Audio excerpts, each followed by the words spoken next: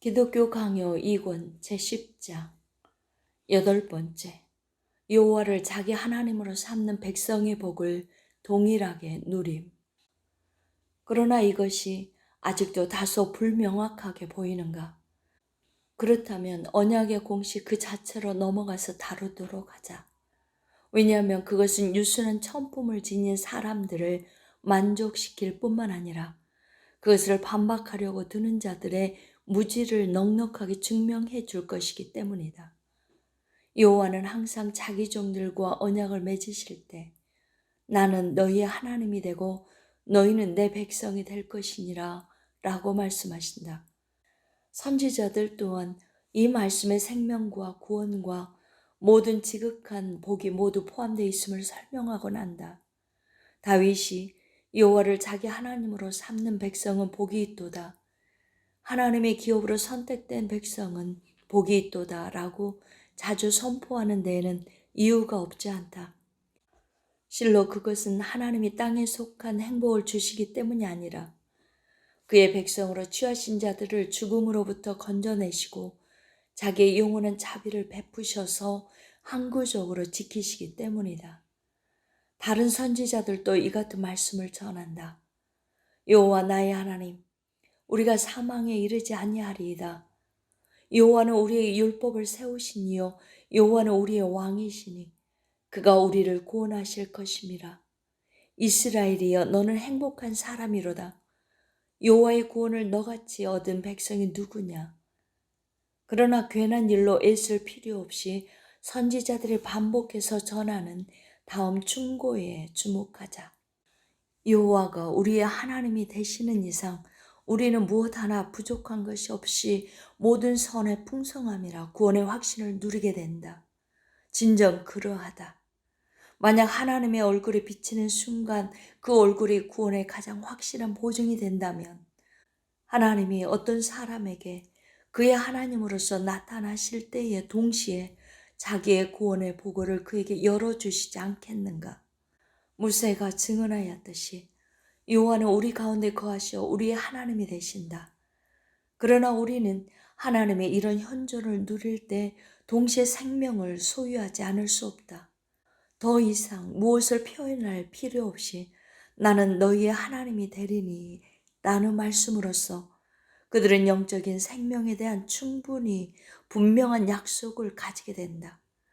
왜냐하면 그는 그들의 몸만 위하시지 않고 특히 그들의 영혼을 위한 하나님이 되시겠다고 선포하셨기 때문이다. 거듭 말하지만 영혼은 의를 위하여 하나님과 결합되어 있지 않다면 그로부터 소외되어 죽음 가운데 머물게 될 것이다. 이 결합은 현존하게 되는 동시에 영구적인 구원을 수반할 것이다. 9번째, 구약 백성 역시 죽음 후에도 계속되는 영원한 복을 소망함. 이에 더하여 여호와는 자기가 그들의 하나님이셨다는 사실을 증언하셨을 뿐만 아니라 언제나 그들의 하나님이실 것이라고 약속하셨다. 이렇게 하심으로 그들의 소망이 현재의 복을 누리는 데 그치지 않고 영원까지 확장되도록 하셨다. 확언컨대 많은 말씀을 통하여 할 수 있듯이 미래의 삶이 어떠할 것인지에 대한 지식이 당시 그들에게도 있었다. 하나님이 결코 자기들을 내버려 두지 않으신다는 생각으로 신자들은 현재의 재난들 뿐만 아니라 후대의 재난들 가운데서도 하나같이 위로를 받았다. 참으로 이제 위에서 말한 둘째 항목의 약속에 있어서 하나님은 자기의 복이 당대의 그들에게만 미치는 것이 아니라 지상의 삶을 넘어서까지 펼쳐진다는 것을 훨씬 더 분명하게 확장하신다. 내가 너와 너의 후손의 하나님이 되리라. 만약 하나님이 죽은 자들의 후손에게 복을 주심으로 죽은 자들을 향한 자기의 인자하심을 선포하고자 하셨다면 그 죽은 자들 자신에게는 이보다 훨씬 더한 호의를 베풀고자 하시지 않았겠는가? 하나님은 사람들과 다르시다. 사람들은 친구들을 향한 사랑을 그들이 죽으면 거두고 그들의 자식들에게 옮긴다. 왜냐하면 그들이 선을 베풀고자 원했던 사람들을 향한 의무가 있었다 하더라도 죽음으로 말미암아 그것을 수행할 기회가 없어졌기 때문이다. 그러나 하나님의 자애는 죽음으로 가로막히지 않는다. 결단코 그는 죽은 자들로부터 자기의 자비의 열매를 철회하지 않으시고 그들을 위해 천대까지 베푸신다. 이렇듯 눈에 띄게 분명한 증거를 통하여 여호와는 죽음 후에도 의식되는 자기의 선하심의 위대함과 부요함이 얼마나 대단한지를 그들이 찬미하게 되기를 원하셨는데, 왜냐하면 그 선하심이 그들의 후손들에게 흘려 넘치리라고 말씀하셨기 때문이다. 여호와는 그때 이 약속의 진리를 인치셨고 그 약속을 제시하셨다. 그리고 자기를 아브라함의 하나님, 이삭의 하나님, 야곱의 하나님이라고 부르셨다. 그들의 죽음 후 오랜 시간이 지났건만 왜 자기를 그렇게 칭하셨는가? 만약 그들 죽은 후에 소멸되었다면 이는 분명 어리석은 이름이 아니었겠는가? 그것은 마치 나는 존재하지 않는 자들의 하나님이라고 말씀하시는 것과 무엇이 달랐겠는가? 따라서 복음서 기자들은 사두개인들이 이 한 가지 논증으로 인해 그리스도로부터 압박을 당했다고 전한다. 사두개인들은 죽은 자들의 부활에 대해서 증언한 사람이 모세였다는 점에서 이를 부인할 수 없었던 것이다. 확실히 이는 그들이 모세 자신에게서 모든 성도가 여호와의 수중에 있다라는 것을 배웠기 때문이다.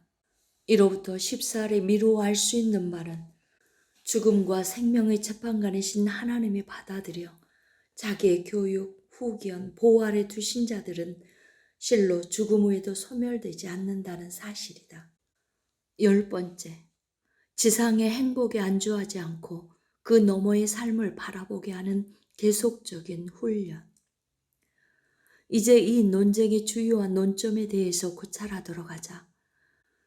옛날에 여호와의 가르침을 받은 신자들이 그들을 위한 더 좋은 삶이 다른 곳에 있다고 의식하게 되어 땅에서의 삶을 무시한 채 그 이후의 삶만 묵상하였는가? 아니면 그렇지 않았는가? 먼저 하나님이 그들에게 부과하신 삶의 조건은 계속적인 훈련이었다.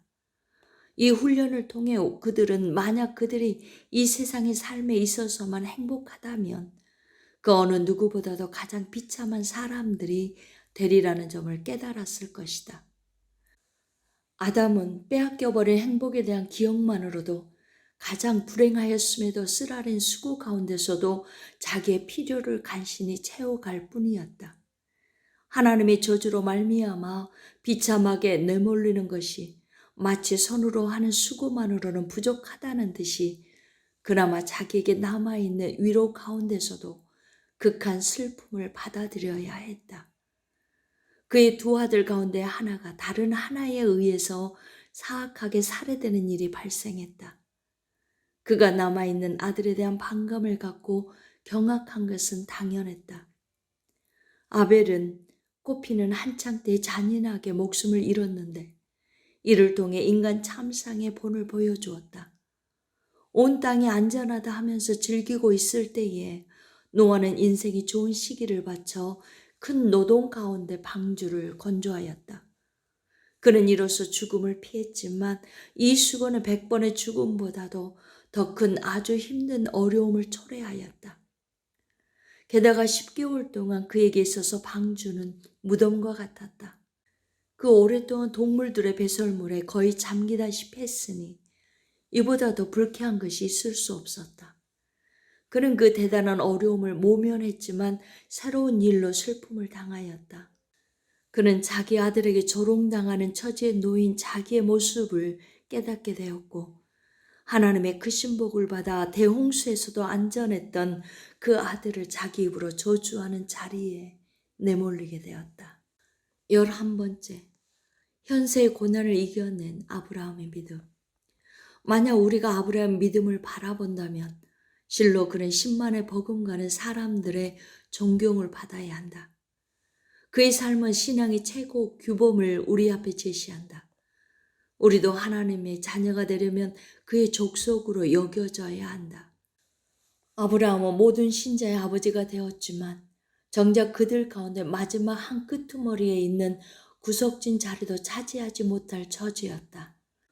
이보다 더 불합리하게 여겨지는 일이 또 있을 수 있겠는가? 그러나 그를 그 수에 들지 않도록 해서는 안 됨은 물론 심지어 최고 영예로운 등위에서도 그를 죄해서는 안 된다. 만약 그렇게 한다면 전체 교회가 말소되고 말 것이다. 이제 그의 삶의 경험들에 대해서 생각해보자. 그는 처음에 하나님의 명령으로 부름을 받았을 때 사람들이 삶의 으뜸가는 달콤함이라고 여기는 본토와 부모와 친구들을 빼앗긴다. 이는 마치 여호와가 정해진 계획에 따라 그에게서 삶의 모든 즐거움을 고스란히 탈취해 가시려는 듯이 보인다. 거주하라고 명령받은 그 땅에 이르자마자 기근으로 인해 그것을 벗어날 수밖에 없게 된다.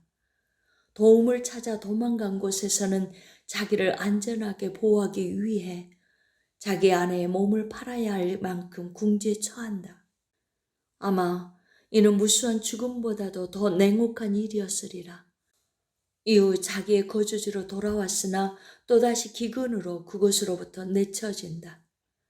만약 당신이 사는 곳에서 수시로 배고픔을 겪어야 하는 형편에 처하여 급기야 그것을 벗어나지 않고서는 먹을 것이 없어 죽을 수밖에 없게 된 경우라면 과연 이를 무슨 행복이라고 할 수 있겠는가? 같은 궁지에 내몰려 아비멜렉의 땅에서도 자기의 목숨을 보존하는 값으로 아내를 내놓아야 할 형편에 처하게 된다. 아무 확신도 없이 수년간 이곳저곳을 배회하는 동안 계속되는 자기 종들의 다툼 때문에 자기 아들과 같이 귀하게 여겼던 조카를 떠나보내고 만다. 의심할 여지 없이 이 이산으로 인해 수족이 잘려나가는 것과 같은 단절을 겪었을 것이다. 얼마 후에 자기 조카가 적들에 의해 포로로 잡혔다는 소식을 듣는다. 가는 곳마다 자기가 온갖 힘을 다해 수고해서 판 우물들의 물을 마실 수도 없게 할 만큼 극히 야만스러운 이웃들을 마주친다. 그날 왕이 먼저 그런 비행을 저지르지 않았다면 그로부터 사용권을 되찾는 일도 없었을 것이다.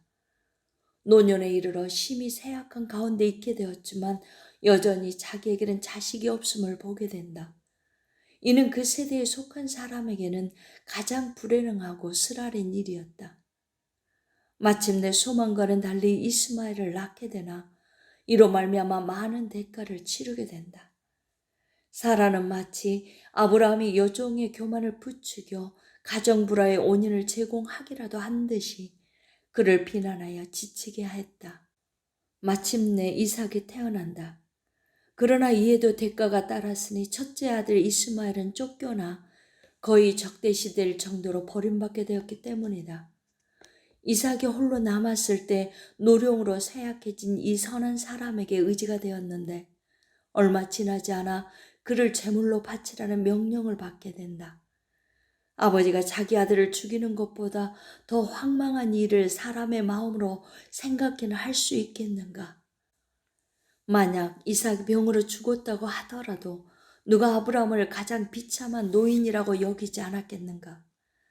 그런데 웃음을 주는 아들을 얻고 이제 그 아들로 말미암아 아들을 잊는 슬픔을 당하게 되니 그 슬픔이 어찌 2배가 되지 않겠는가? 그런데 아들이 자기 아버지의 손으로 죽게 된다면 그것은 어떤 종류의 재난보다 더한 재난이 아니겠는가? 요컨대 아브라함은 전생에 역정에 있어서 내침을 당하고 고통을 겪었으니 만약 누군가 삶의 참상의 본을 화판에 그리려고 한다면 아브라함보다 더 적합한 경우를 어디에서도 찾을 수 없을 것이다. 그 많은 큰 폭풍들이 있었음에도 아브라함이 그것들을 물리치고 안전하게 목적지에 가 닿았다고 해서 그가 완전히 불행한 삶을 산 것은 아니었다고 말한 사람이 없게 하자. 우리는 무한한 고난을 겪으며 오랫동안 온갖 수고를 다하고 있는 사람을 일컬어 복된 삶을 영위하고 있다고 말하지 않는다. 나쁜 것들을 의식함이 없이 현존하는 선한 것들을 평온하게 누리는 것이 복된 삶인 것이다.